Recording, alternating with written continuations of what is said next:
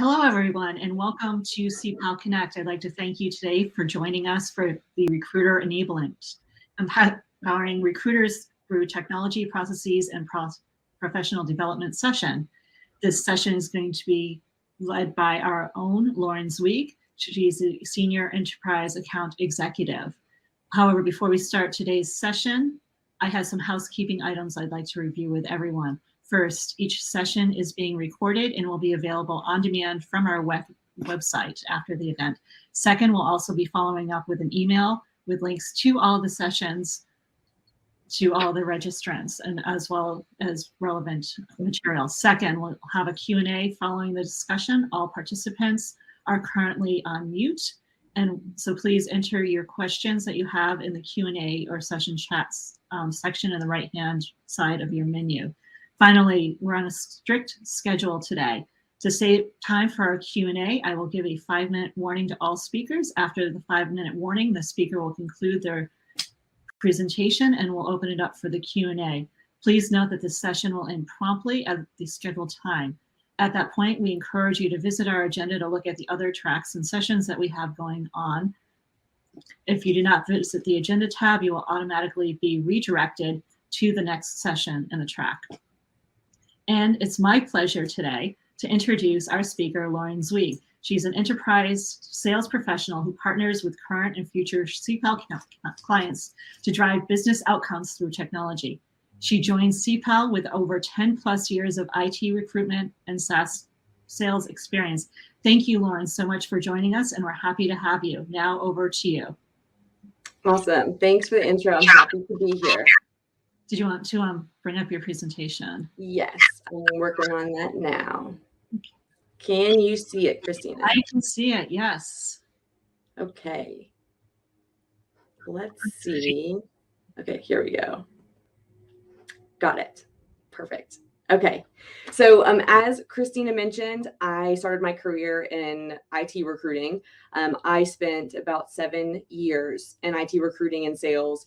And recruiting and sales has made two things very evident to me. One is that the human aspect of my career has always mattered more than technology. And when I say human aspect, I mean the culture, the people I work with, the type of meaningful work I'm doing day to day. And then two, I tend to find myself continuing to put myself in uncomfortable situations. So being comfortable in the uncomfortable has been a consistent theme in my career.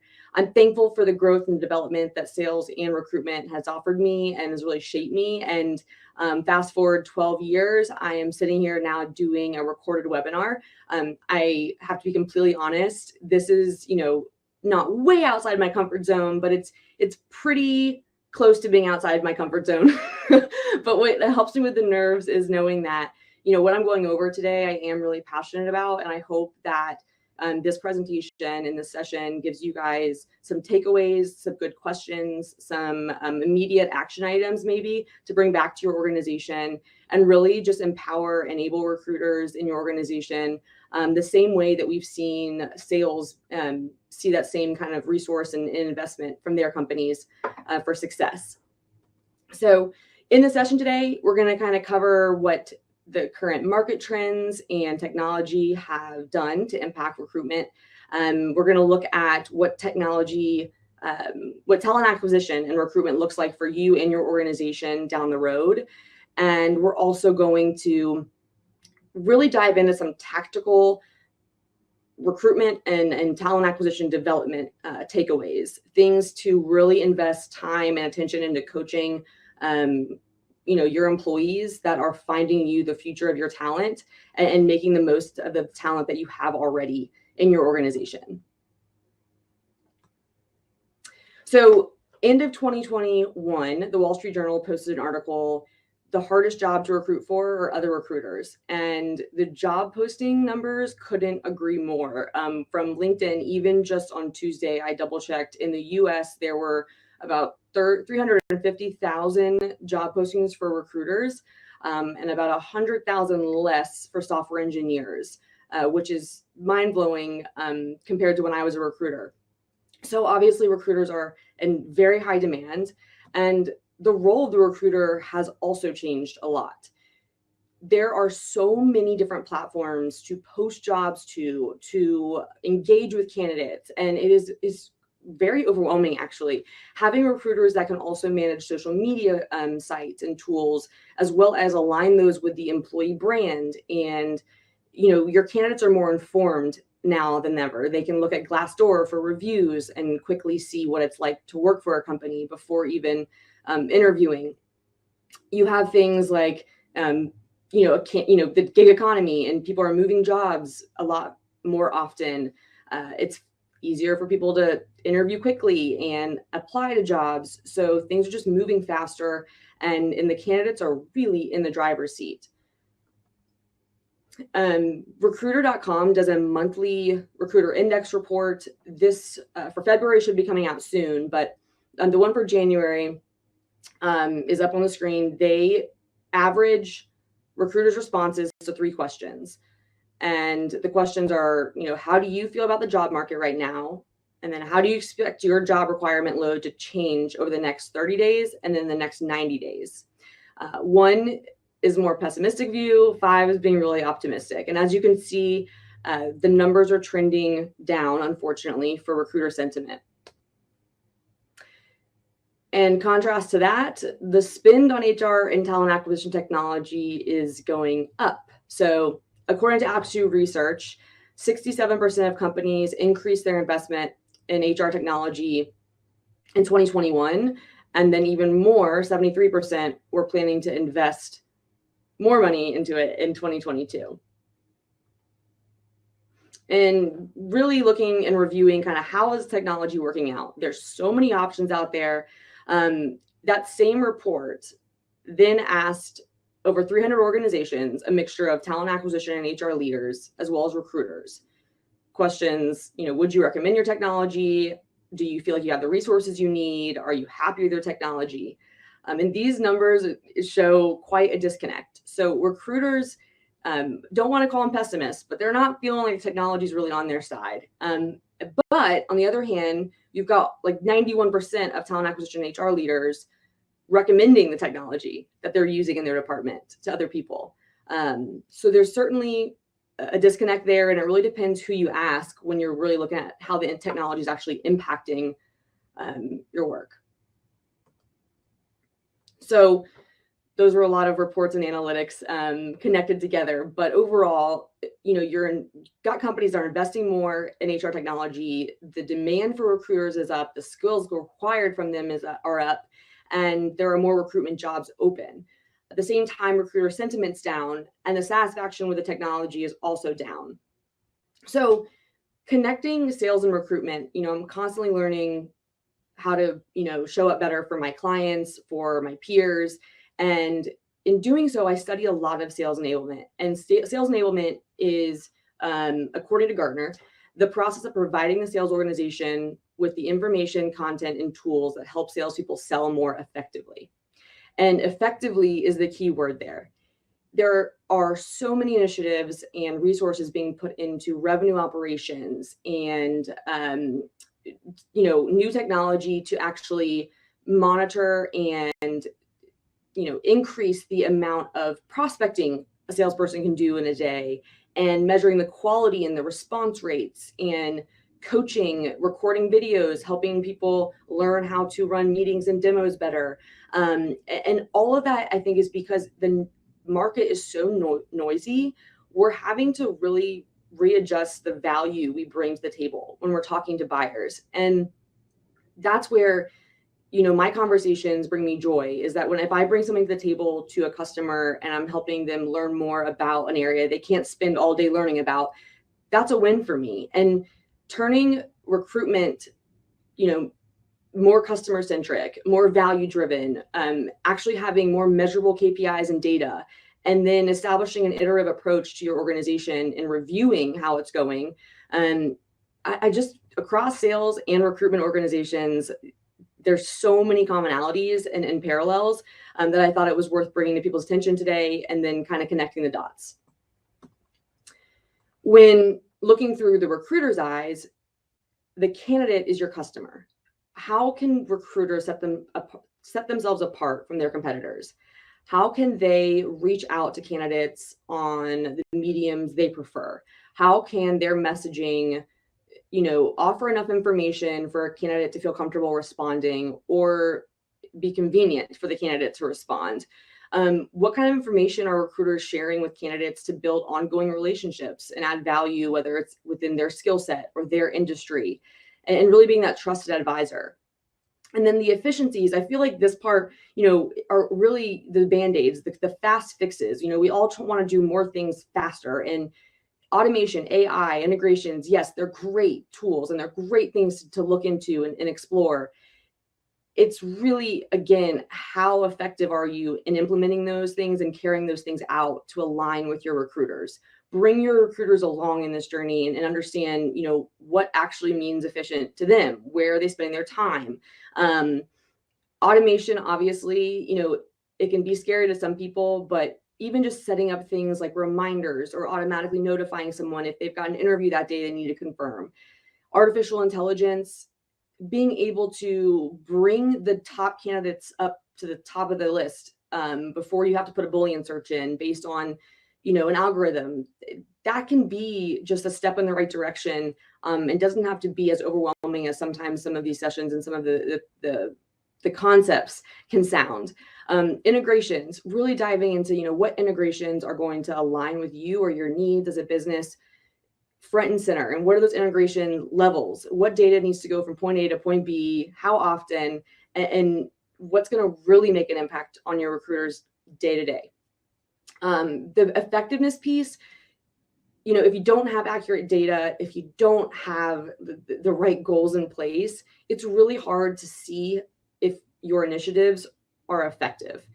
So we'll go through some details today, or some ideas on really measuring the right KPIs for recruitment, developing,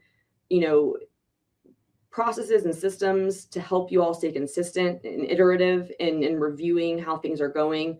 And so we'll dive in further. Before we get more into the review of your current processes, I think it's exciting to gather your thoughts and really see what the vision of talent acquisition and recruitment is for your organization. And I listen to a lot of podcasts. I've got a list and recommendations if anyone would like any, but a lot of them start with, again, the candidate as your customer. What does your candidate journey look like in 1, 3, 5 years? What does it take for them to apply for a job at your organization? And who are they interacting with along the way? Every industry is going to be different. Every skill set is going to be different, and that's okay. But defining that for you, and then having the stages in place to be able to kind of create milestones and goals, really will help you share the passion and the energy across talent acquisition and recruitment. What does success look like for all departments and roles? Like aligning talent acquisition with the business. What does success look like for all parties involved? And then what will employees say about working for you or your company? There's a culture aspect and a human aspect of work that is really what's going to drive the most change. And it has to start with the people. It has to start with your leadership. It has to start with making it a safe space for employees to bring up when they see room for improvement or they want to see changes made. It has to have that welcoming to feedback and culture for allowing continuous improvement and growth. So this can seem pretty granular when you look at like your actual time and process audit of a recruiter. Where are they spending their time and energy? Are you, basically approving requisitions on one side of the business? Like, how is that process getting over to recruitment? How are you managing which jobs are active, inactive? Looking at accessing client-specific information, submittal formats, engaging with candidates, scheduling interviews. Some of this stuff, if you were to look at a day-to-day of a recruiter, these are the high-level functions or action items that they may have on their to-do list.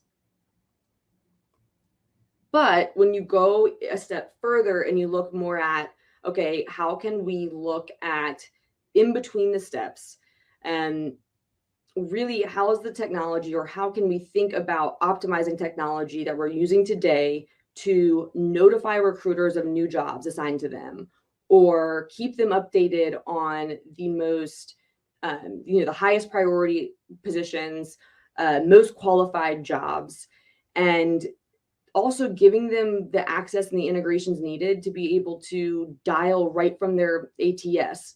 Can they contact candidates without having to go to 3 different windows, look up contact information in 3 different places, and use 3 different devices?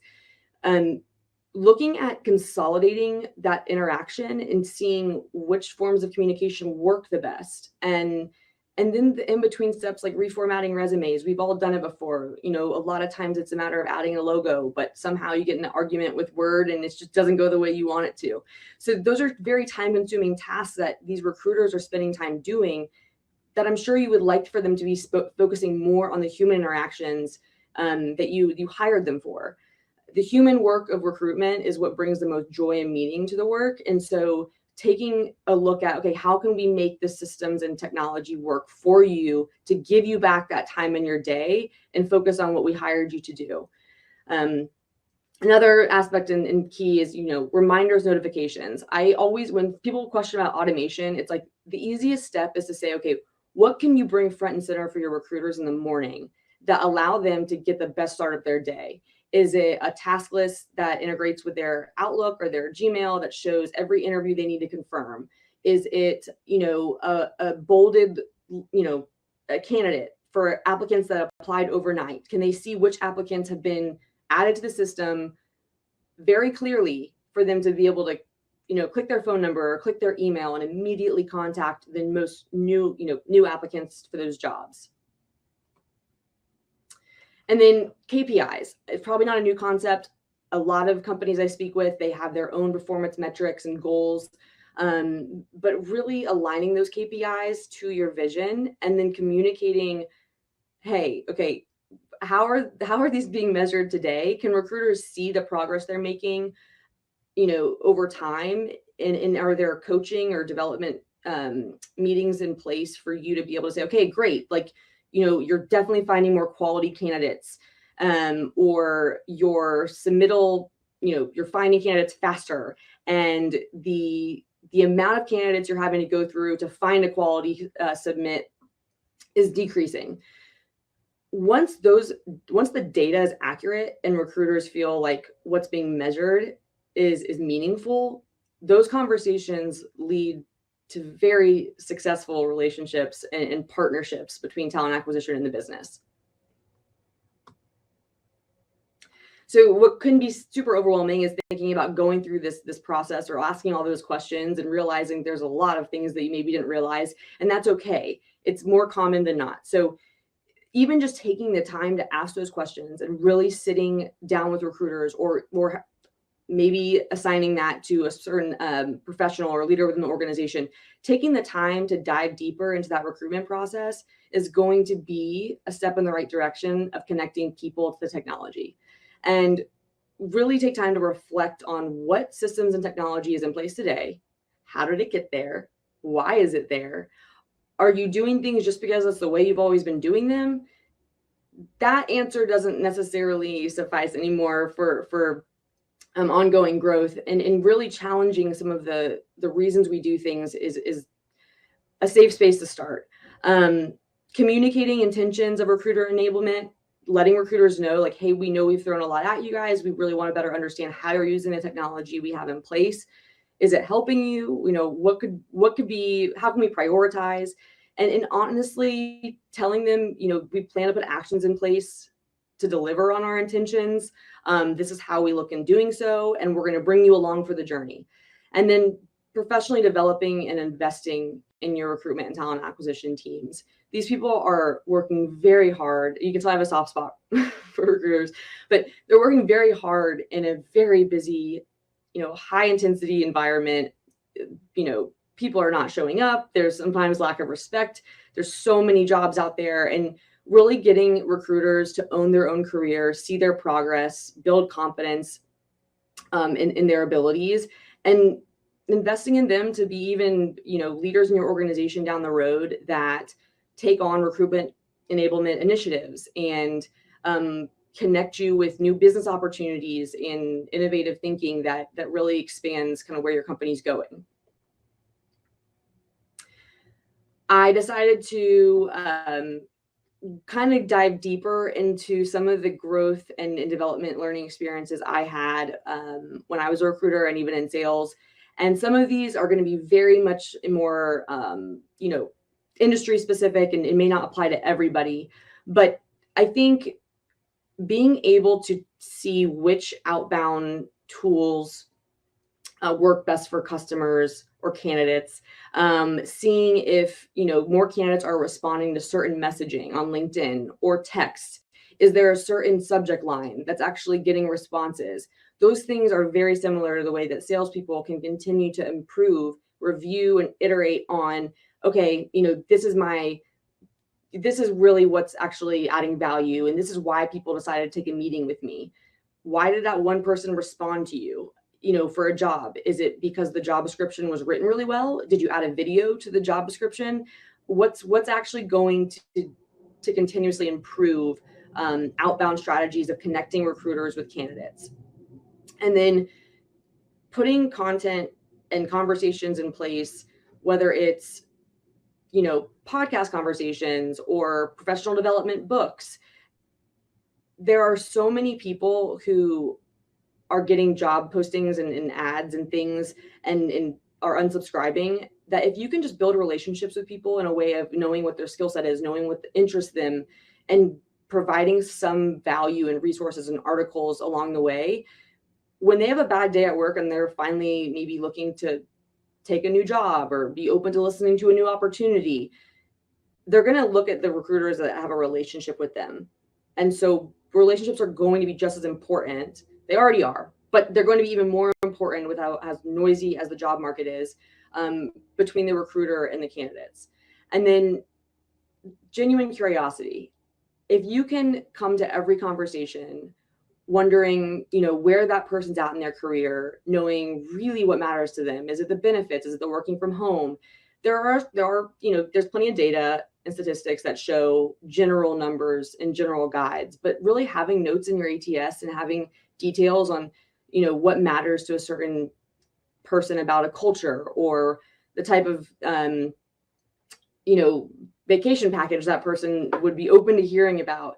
It helps. And it really does allow you to learn more about your clients and your candidates. And also knowing, where they're at in their career. Like, are they just someone that really loves learning and will take a completely different, skill set or a path to continue learning and putting themselves in uncomfortable situations? But knowing those things and really building that candidate as the customer approach to your recruiter development is certainly something I think that it mattered a lot back then when I was a recruiter. I think it matters even more today. And just like looking at where you can add the most value, there's going to be certain ideal candidate profiles for certain jobs. One of the, tricks of the trade, or not even that creative, but it did work a lot for me, is if there was a job that I was working on and I was really hard to find that candidate that was the ideal fit, I would ask the hiring manager, who'd you hire most recently? Can I see an example of their resume? What made your most successful team member work out? And really use what's already been done as examples. Some of these get a little more tactical, like using verbs in addition to skills and technologies. I think Boolean searches are amazing. I think verbs are fantastic to use in Boolean searches. And I think there's a lot of recruiters that could use some coaching and curriculum around really improving their searchability skills across job boards and databases. And then this last topic I know can raise some eyebrows, but sitting in on interviews. This is not feasible for every position or every skill level. I get that. At the same time, whether you're an internal talent acquisition professional or you're an agency recruiter, if you're getting a new skill set, that's going to be a skill set you're going to be recruiting on again in the near future. And that hiring manager gives you a job description and you go over it, you get the skill set. it is such a investment in your time to offer to sit in or call in on that interview and to witness for yourself, what that interview goes like. So I always used to tell people, I'm investing in learning more about the way that you see this candidate perform. A lot of times the way that a recruiter screens a candidate is different than the way the candidate acts in an interview. There's more time in providing feedback from the hiring manager to you as a recruiter to get how the interview went. There are ways that you can make sure, I'm not copying questions. It doesn't help me to just cheat my way through the system of getting a candidate perfectly ready for an interview, but not working out the next, 90 days, 6 months. And, yeah, it's uncomfortable. And I always just say, believe me, if this interview doesn't go well, this is actually going to be way more uncomfortable for me than it will be for you or the candidate. And I also am very aware that it's important to tell candidates if, hey, I'm going to be there. I'm just listening in, is that okay with you? And asking permission from the hiring manager obviously is a respectful and right thing to do. But I really do think that was one of the key things that not only helped me learn faster, but it really developed me professionally as a partner to my hiring managers on a faster scale.